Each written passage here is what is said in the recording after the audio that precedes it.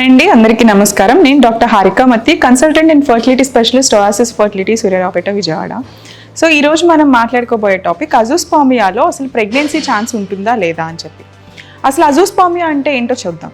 Azoospermia అంటే వీర్యకణాల పరీక్ష చేసినప్పుడు, అంటే సెమెన్ అనాలిసిస్ చేసినప్పుడు దాంట్లో మనకి ఒక్క స్పర్మ్ కూడా కనిపించదు అనమాట. సో దీన్నే అజూస్పర్మియా అంటాం. అంటే అసలు స్పర్మ్స్ అనేవి లేవు, వీర్యంలో వీర్యకణాలు అనేవి కనిపించలేదు అన్నదన్నమాట.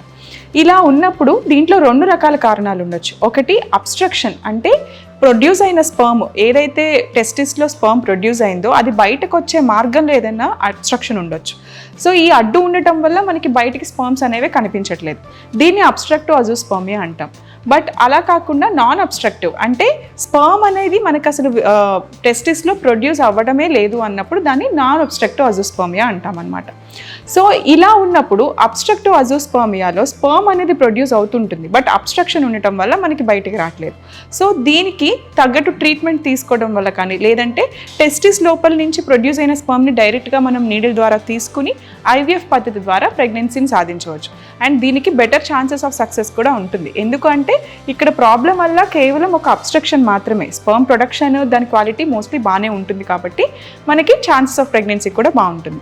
బట్ నాన్ అబ్స్ట్రక్టివ్ అజూస్పర్మియా అంటే అబ్స్ట్రక్షన్ ఏమీ లేదు, అడ్డేమీ లేదు, బట్ ప్రొడక్షన్ కూడా లేదు, లోపల టెస్టిస్ నుంచి మనకి స్పర్మ్ అనేది కూడా ప్రొడ్యూస్ అవ్వట్లేదు అన్నప్పుడు మనం దానికి తగిన కారణాలు ఏంటో చూసుకుని ఒక్కొక్కసారి హార్మోన్ ట్రీట్మెంట్ అవసరమైతే హార్మోన్ ట్రీట్మెంట్ తీసుకోవచ్చు అనమాట.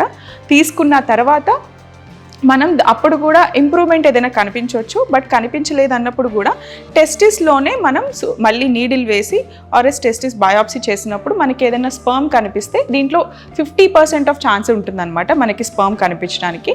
ఇలా వచ్చిన స్పర్మ్ ద్వారా మనం ఐవీఎఫ్ పద్ధతి ద్వారా ప్రెగ్నెన్సీని సాధించవచ్చు. సో కాజ్ ఏంటనేది తెలుసుకుని దాని ప్రకారం ట్రీట్మెంట్ తీసుకున్న తర్వాత మనకి ప్రెగ్నెన్సీ ఛాన్సెస్ చాలా బాగుంటాయి.